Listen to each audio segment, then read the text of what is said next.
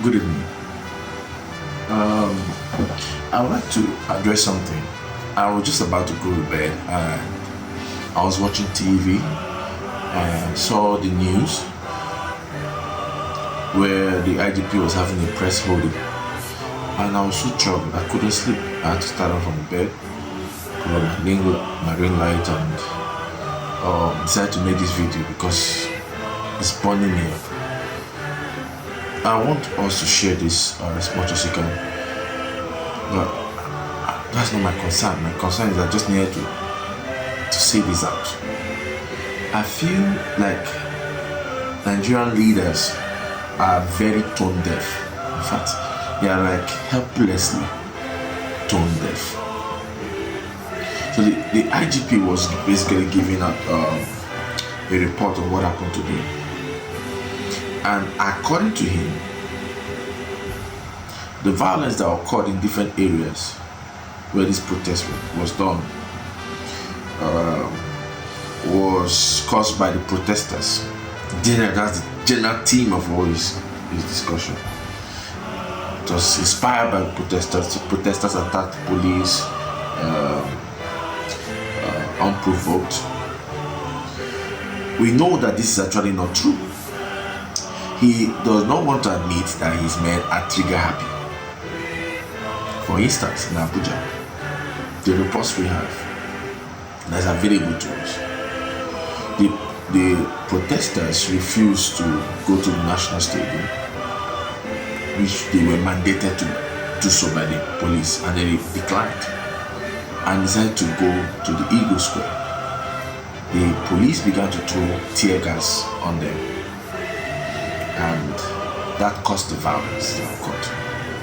We could see videos where policemen were literally shooting live ammunition directly at the protesters. I think the IGP needs to check his heart. He's not a sincere man. He's like this, all the other leaders, and this is because there's a system of oppression that has gone on for so long in Nigeria, where the weaker people are responsible for every problem, and that's why the citizens have borne the brunt of all maladies that have occurred in the country till today. This is the reason why we haven't protested. The political leaders are asking us to be patient with the government, and I think I was listening to the accountant general telling that the people have to take some sacrifice for the state of the economy, that things are going to get in shape. But it's surprising that the politicians themselves are not making any sacrifice. No sacrifice. In this same time of economic hardship, judges' salaries were increased by over 300%. The VP's residence was renovated by about 21 billion. I'm not sure if I got those facts right. 21 billion. All right. They bought private jet for the president at $150 million, and all kinds of expenditures going on.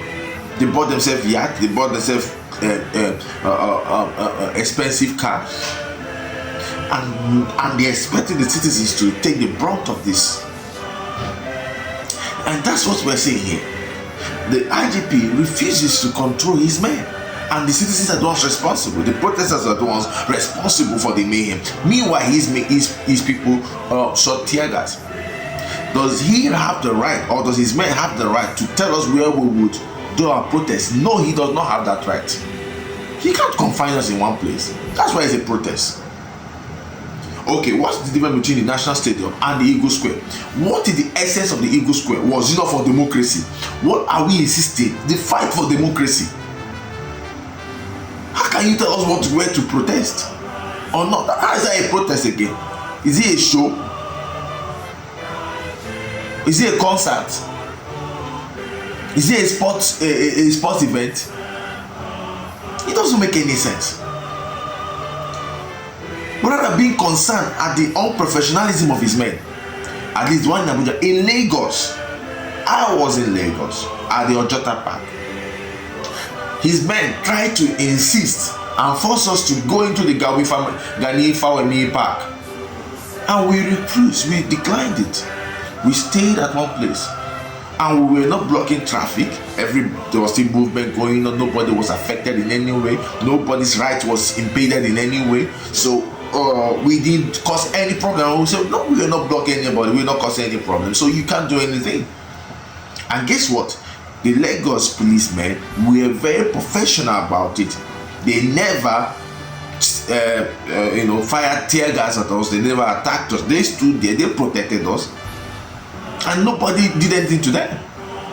The protesters will not do anything to the police or to the armed forces. Never will they do so. Always your men trigger happy, too power hungry.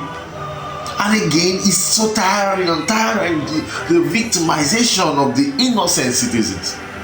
I was aghast when the policeman, the IGP, was saying that yes, you have right. Everybody's talking about right. What about your duty? IGP, I want to remind you of your own duty, because it is you not fulfilling your duty that is making us have to protest today. Your duty as the head of the police force is to curb criminals. There's a lot of looting going on, and all of these are within your portfolio, and you are not addressing them. So you stand behind the citizens, behind the politicians. You defend them, you work for them, and it seems that you are only the IGP for the citizens. You have to regulate the citizens, you have to stop the citizens, you have to attack the citizens, you have to arrest the citizens. When are you going to catch these evil criminal politicians stealing our money? When are we going to probe and look through to see criminal expenditures and the embezzlement involved? Is it only Yahoo boys that you are going to address? What about the Yahoo boys in the National Assembly? What about the Yahoo boys in government? IGP, your work is not to police the citizens alone. Your work is to police Nigeria, so which includes the politicians. That is your work. It's tiring. How at this point, how many years of democracy, and we have not even understood it at all? It's tiring. IGP, we are doing our duty by insisting on our right. That is what we are doing. It is the duty that we are doing. So we are not neglecting our duty. It is we doing the duty. And this is how we are reminding you, because things have gone haywire, because you have refused to do what you ought to do. If these politicians were being kept in check, we will not be in this place. We will not be complaining so much. Now, both the courts have become tools of politicians. How can you have a court order to decide where protesters will protest, or if they are not allowed to protest? The court is to enshrine the law. The law gives protesters freedom to protest within some confines, and the confines is that we are not to destroy properties, we are not to attack anybody. And if you don't do any of this, you are allowed to protest. So where does the court now interpret the law to confine us to a particular area, or to decide whether we're to protest or not protest? The court has no jurisdiction in that regard. So this is the Nigeria where anybody can go and get a court order because he has money and he has infiltrated the court system. And then you can just bring up any fictitious court order and insist that everybody obey it. That is why we are protesting. This is a reminder of every reason why we are protesting. IGP, you need to look inwards and you need to deal with your men. You need to understand what democracy is all about. Or else we're just wasting our time with this democracy. We're just what we are doing is that we are pretending to follow democracy. Meanwhile, what we have is an autocratic system. Or is it an egalitarian? So I think a whole lot is missing here. Tomorrow again we are going to protest. Please tell your men to be professional, to stop shooting at unarmed civilians. I was amazed to see the sort of policemen that were available today, and the gears and the equipment and the whatever that they had. And I was like asking, where were all these policemen when robbers are robbing on the road? Where are this mobilization? Where is the morale and the motivation that these policemen came with? They were to intimidate. They were even doing some marching with all their gears to intimidate civilians. But in Lagos here, I was told that there were 33 dark spots where robbers, rob on a daily basis, even in the daytime. They rob passengers on the road, break the glasses and get in. Where are all these policemen? Do you suddenly get inspired to do your job when it comes to unarmed civilians? I was surprised that policemen are shooting at protesters in Maiduguri. Where are these policemen doing Boko Haram attacks?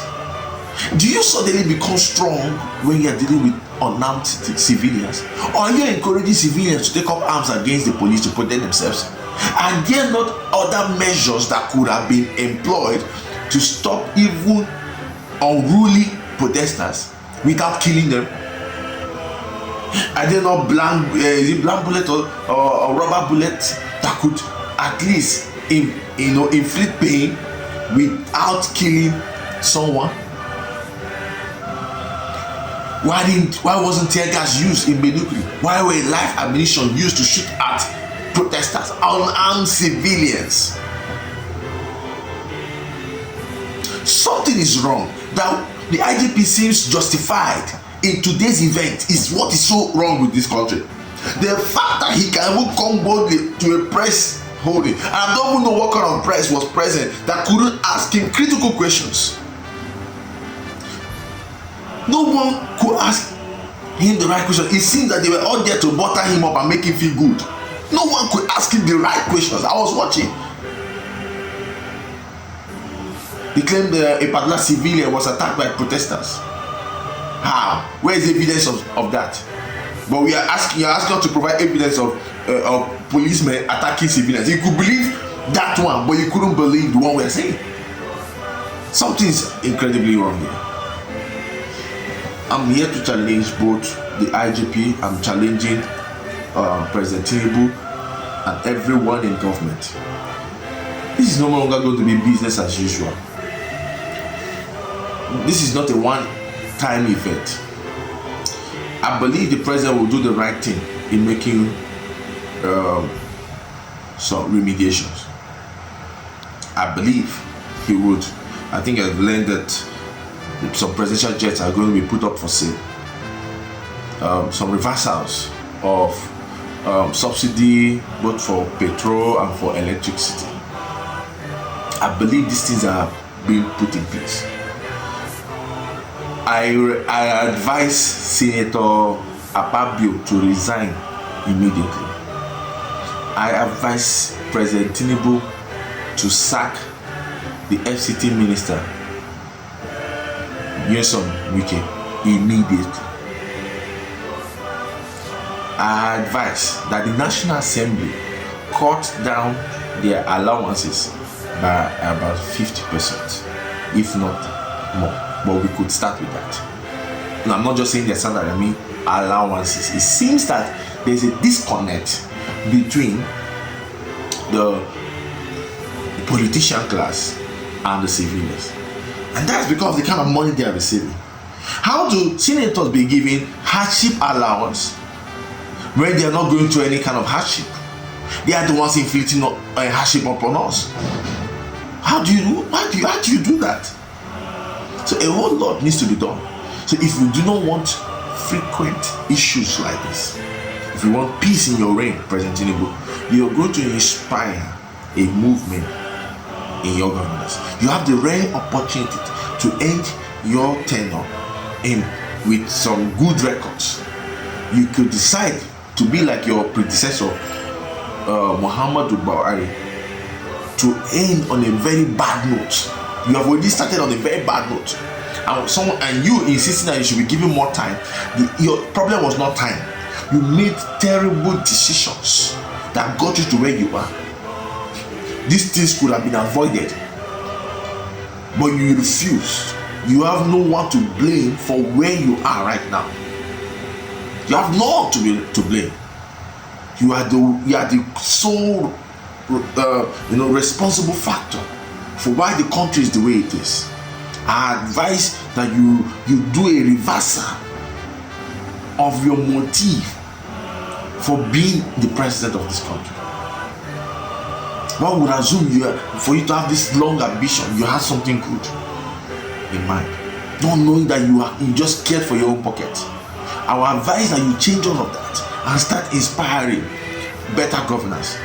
Argentinian president, within 7 months, has taken that country out of recession. Within 7 months, with good policy, it is clear you can see the policies. We are brilliant and intelligent ones, not intending to afflict the people. You can do the same if you want to. Do your consultations, President Tinubu. We wish you well. We want you to succeed. IGP, we want you to succeed. We want the police to be professional. We want the police to be improved. We even want the police salaries to be increased. If the politicians' money budget, if the National Assembly budget is reduced, then of course the budget for the police department should also be increased. And these are the things that we are all advocating for. That's why we are protesting. We want you well. We want you to do well. So that's why we are fulfilling our duty to remind you who is the boss. We, the citizens, are the boss. This is me, Kachia Koma, in the office of a citizen, telling you your job, reminding you your duty, reminding you of our rights and our duty. We are doing our own duty. Do your own duty. God bless you.